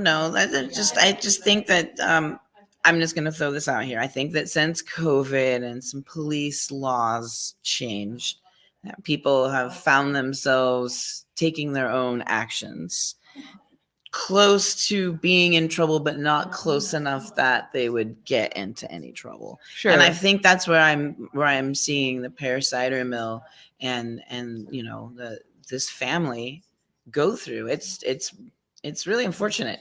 It's if you've never been to the Pear Cider, I've been. You have to go. Yeah, you have to go. I have tried some of the Pear Up ciders that from some of the local businesses here in town, but it's not until you go to the mill that you really see like the selection. And they're great people. It's a fun time, and it's unfortunate that they are having to deal with some Debbie Downers, right, who don't want to basically see them succeed, which we should be wanting to see each other succeed in life and supporting each other in life. And maybe they just have a wrong idea about what they think that this cider mill's potential is, or maybe they just want privacy. Who knows?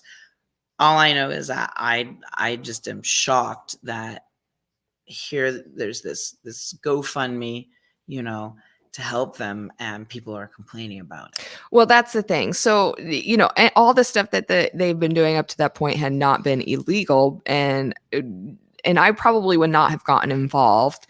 When I did decide to get involved was when I could see that their family was being physically threatened. right? Right. Then they started when I heard that the neighbor was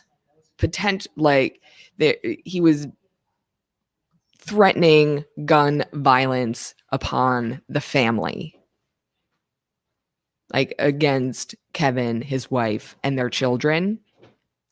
That's when I went, this is how we're doing business? This is how we're treating the people in our community? Like, if that was like that could just as easily be me, because people don't always agree with me, how I run my business, how I live my life. And if at any point in time somebody came and threatened my family, I would hope that the rest of the community would be up in arms to protect me and Ryan and Trenton and Logan and Chewy, right? I agree. So that's when I went, not on my watch. I'm going to do whatever I can. And they're just such a great family. Right. I think that's what's really bothering me, because I've had the opportunity to meet him and his wife and the kids, and they're just even their extended, they're just wonderful people. Right. It just, for me, it's just heartbreaking, because I see a family trying to do a really good thing, and at the same time of doing a really good thing. Yeah, he's working hard. They're putting in so much, and it's a business that they want to see grow and flourish. And I would just think that people want to support small business right now. I would think that would be where we should be going, right? And he's not even that small of a business. He's a moderate, medium-sized business he's got his products distributed all over the country. But so you would think that it would take a little bit more than this to put him out. But they're struggling just like a lot of other people. So that's when I got involved, and I said, I'm going to go to my friend Siri. We're going to put together this video to just try and tell the story and gain some recognition and some exposure for what the story is. Right. And that's it.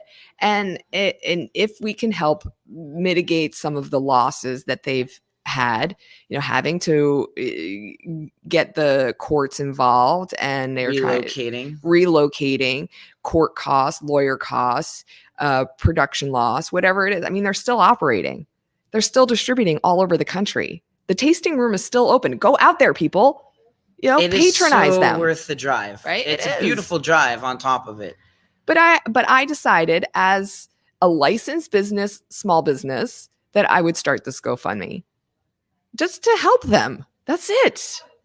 And I think that's what humanity's all about, right? Helping each other out. Yeah. And not what I've heard after the fact, right? Where it's, Darling Productions is pocketing that money, not using it for what it's intended for. Right.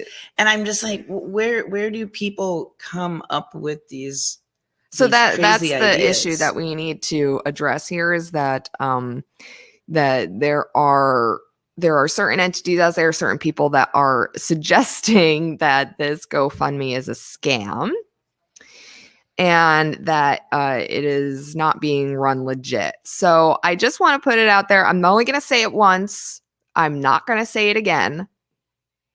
The GoFundMe for Save the Cider Mill is run by a legit licensed business, and the beneficiaries for it are not even my business. The beneficiaries for it are going to Kevin and Stephanie Van Reenen directly.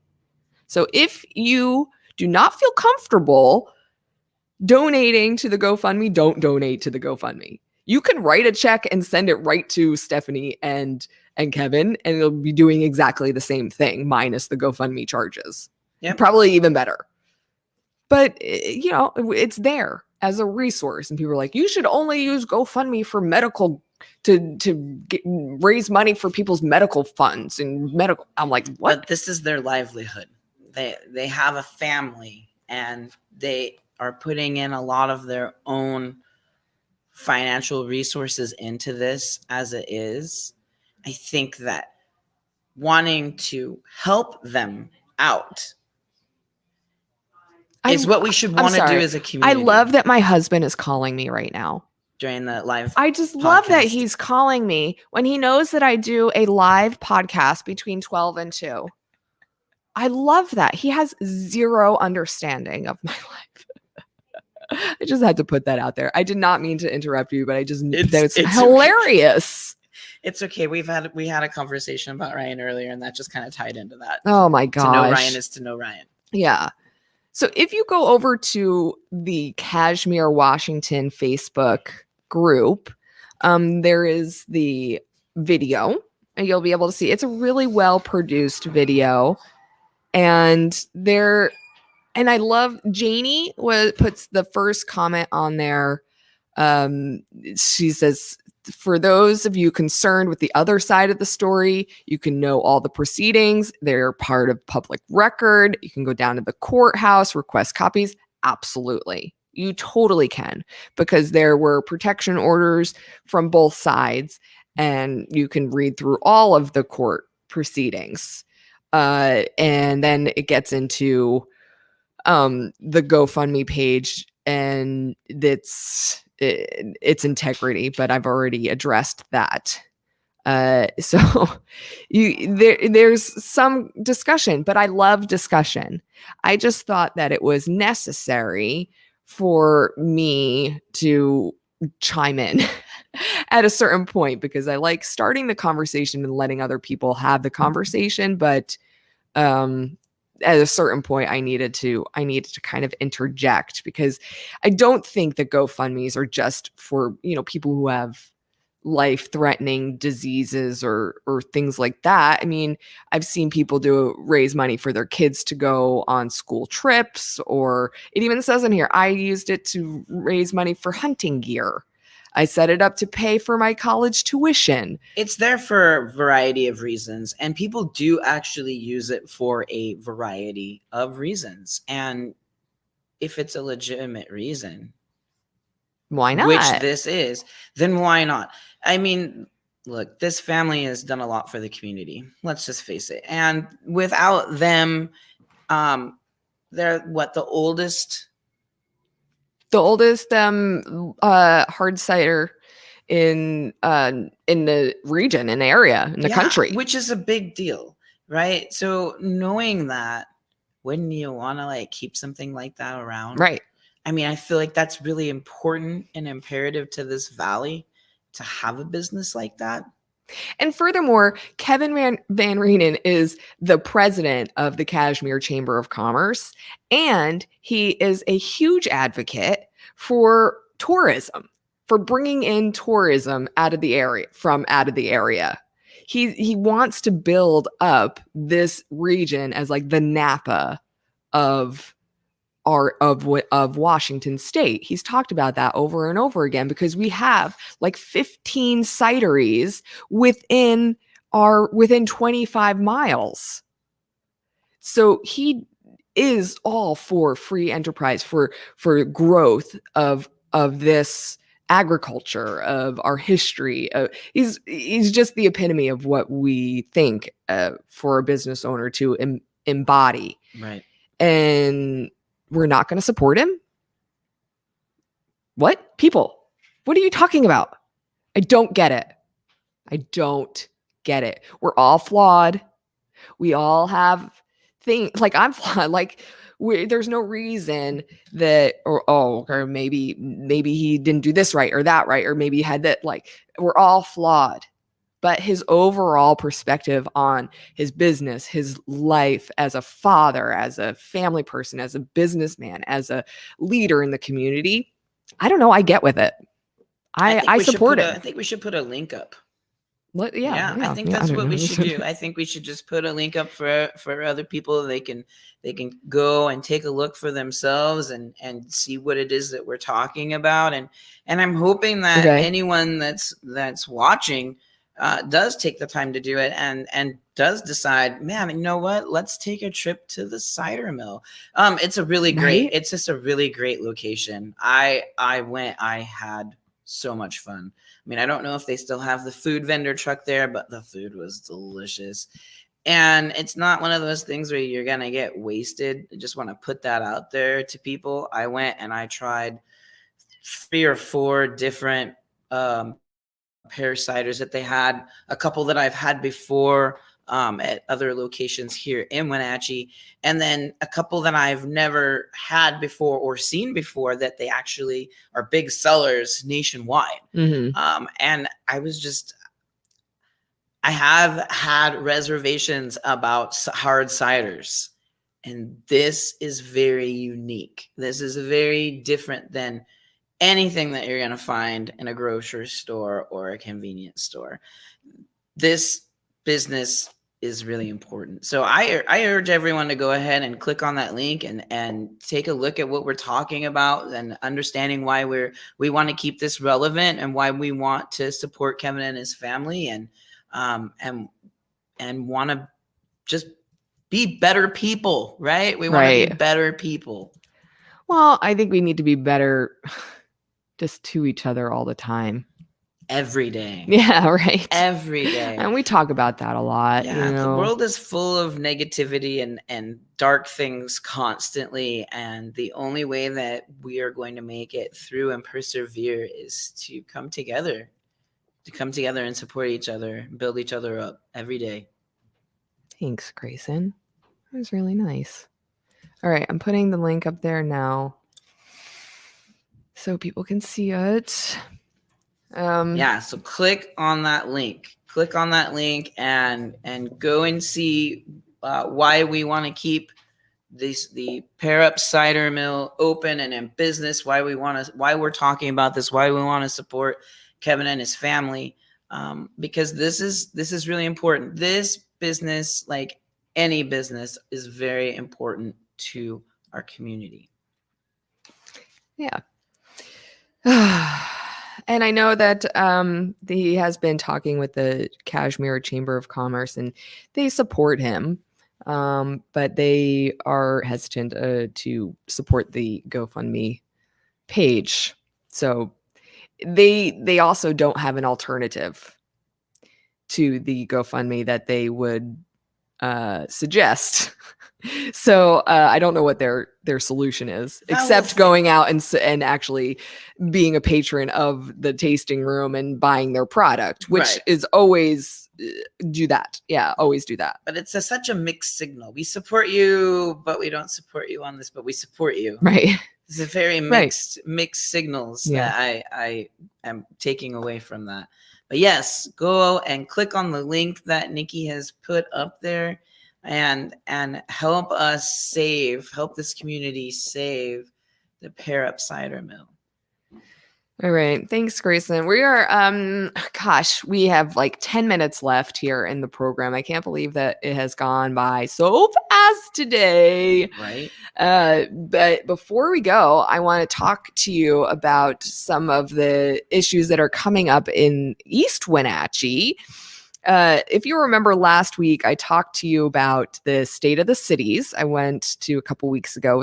It was like probably 2 weeks from 2 weeks ago today. And at the end of it, I got to chat for just a few minutes with Jerrilea Crawford, who is the mayor of East Wenatchee. And it was a good conversation. And at the end, I went, just kind of had to throw my little pitch in there. And I went, there are a lot of local governments using podcasts to connect with their constituents. That's a pretty good sentence, right? There's a lot of local governments using podcasts to connect with their constituents. And she went, we've been really talking about that lately. Why? Let's talk about it some more. And I went, well, okay, yeah, let's talk about it some more. So I followed up with her as if you want to talk about more podcasting and how you can connect, let's do it. And wouldn't you know it, she connected me with her public information officer, who is none other than Trina Elms. Now that name might not mean anything to you, Grayson, but It doesn't. But it you're gonna tell means me a who it lot to is. me because I have literally known Trina since I moved here.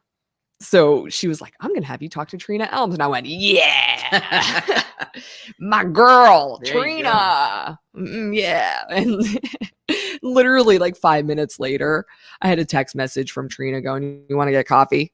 When are we going to have coffee? Let's have coffee. So we had coffee like the next morning and caught up and talked about a lot of different things that are going on because she's now working right alongside Jerrilea. It's like, why didn't I know this before? I've been living in my own little bubble for way too long. I don't live in a little bubble, but she said that they had been working on the like thought of maybe doing a podcast for different reasons. And I said, well, for one, it would really just like humanize the process of local government because everybody just thinks that you guys suck. And she said, well, that's probably why we would work with you because you just tell it like it is, Nikki, huh? And I was like, yes.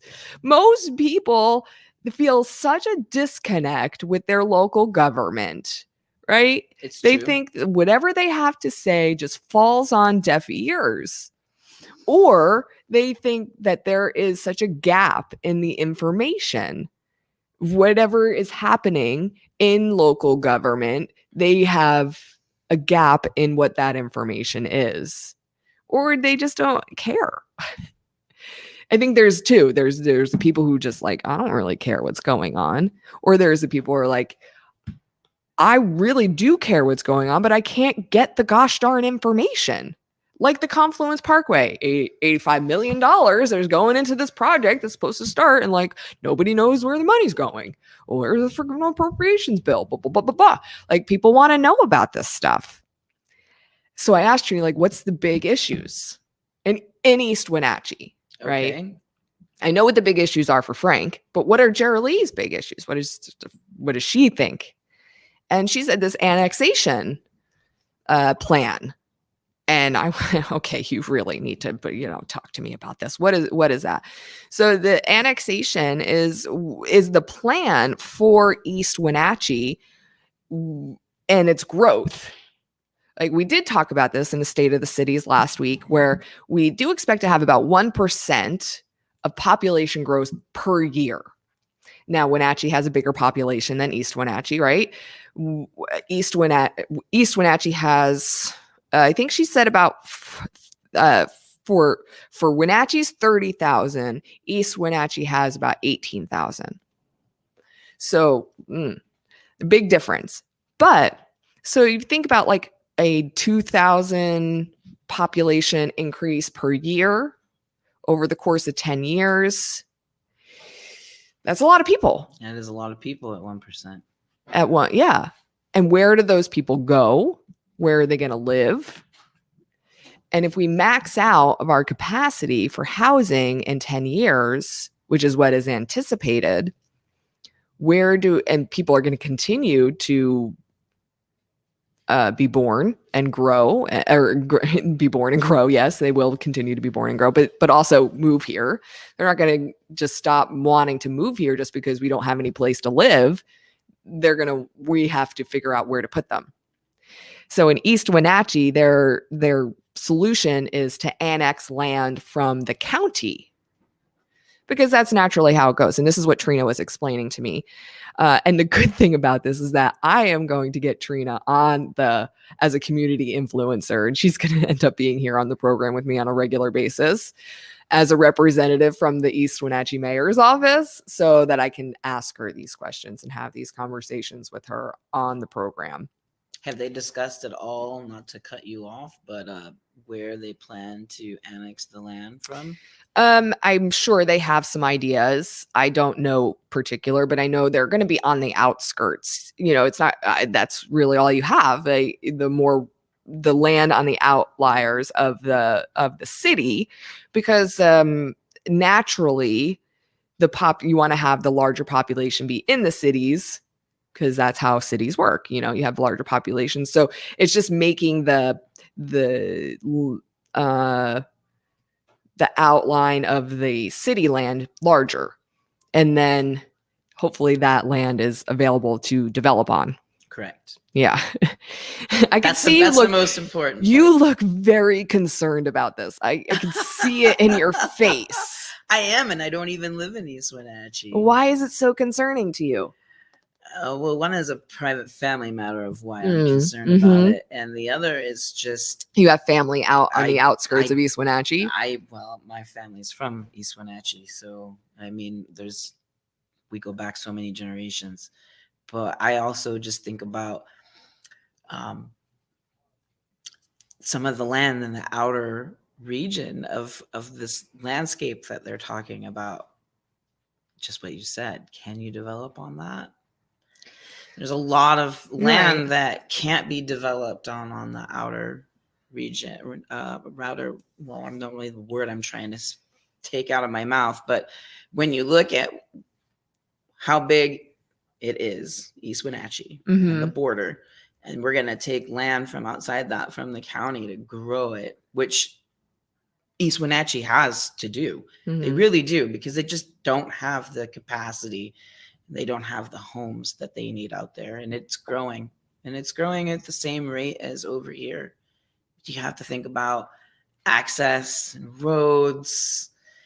And if the land is but what's the alternative, Grayson? Like, if you don't go out, they're going to want to go up. Right. And nobody wants them to go up, because then we're going to lose our view. Nobody wants them to go up. But up is kind of the way that it ends up going. No, I don't know. As much as but the city and the people they have regulations. You can't go up unless we give them the okay to go up. Yeah. You can't. So that's the issue. This is part of the conversation that has to be had. Absolutely. So I'm just saying, I'm putting this out there because I know a lot of people have questions about some of the things that you're talking about right now. And so if they don't have like an idea of really where you're going with it, then it's like, oh, okay, sure. All right, fine. But this is like, what's the big deal? Yeah, but this is a big deal. And so to understand that outside of like the East Bench and all that, is any of that land, can we build on it? Is there wildlife refuge out there? So these are the things that, like, as citizen me ask, I would want to know. I would want to support the mayor and this big decision, but I would want to know more information about where these targeted areas of the outskirts of the boundaries lie. Well, I think some of them are small little areas like cul-de-sacs on the end that maybe they can develop houses on the ends of these cul-de-sacs that belong to the county and that maybe just get annexed by the city at that point. Correct. Yeah. But other ones are bigger lots of land that maybe we can, talk to Trina about as we move closer. But I don't even know if this is actually going to be something that goes on to the ticket during the election. We're going to have to wait and see if that's something that Jerrilea is going to want to push through. But it is an issue. And the reason that we should care about it is because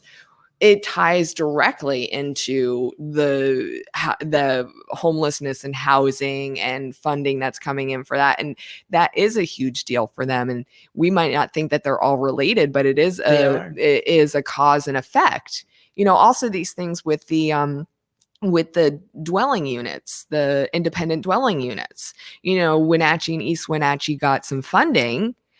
And East Wenatchee gets less funding because they have less of a population than Wenatchee does. So Wenatchee and East Wenatchee work collaboratively a lot on these things because East Wenatchee gets less funding. So they kind of collaborate their funds and then they can work on bigger initiatives. So this independent dwelling unit, or I think that's what they're called. Yeah.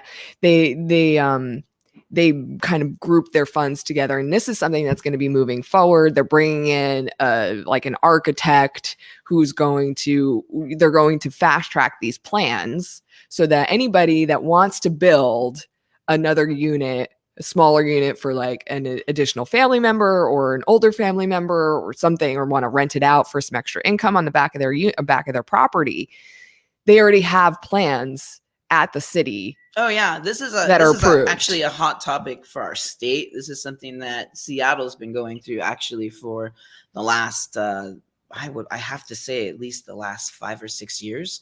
And it's a big deal. It's a really big deal, but it does allow property owners to, like you just said, have their parents move in and build a little mother-in-law or put a tiny house or be able to rent out the space.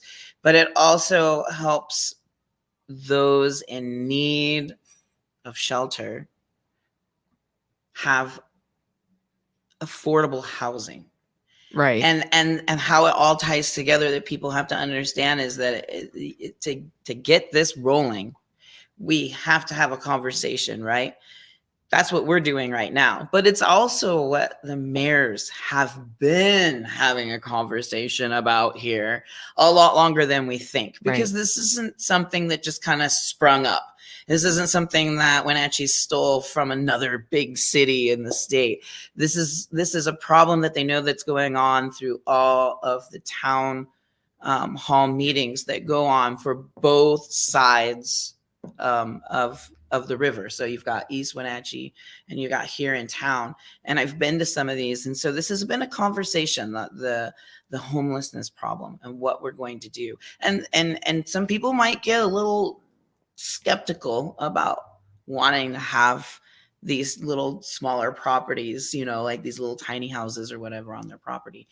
But it helps us to grow and it helps keep people in affordable housing. And that's kind of where we're at with it. And that's kind of what we need. Well, I think it's part of an overall housing strategy. It is. Right? Like, where else can we fit? And I looked it up. It's accessory dwelling units. They're ADUs. There we go. Yeah, accessory ADUs. Dwelling units. So it's like, where else can we fit housing for people? Right? As people get older, maybe we could fit them behind, you know, like I know we have a half an acre. We could absolutely put an ADU in the back part of our property and put another person there, right? Like, whoever it might be. Our stepson, maybe. We won't go there today, Nikki. We're okay. We're almost at the end of this thing. Let's make it through. But no, this is another really show for another day. Yeah, I'm really glad that you brought it up. It is a conversation, and I'm glad that you're bringing it up because it up at the community level. So all the people who don't go to any of these town hall meetings that are held, it's important to get out there so you see what's going on. I want to make these topics accessible and break them down into bite-sizable pieces for people like me who are like, what is going on?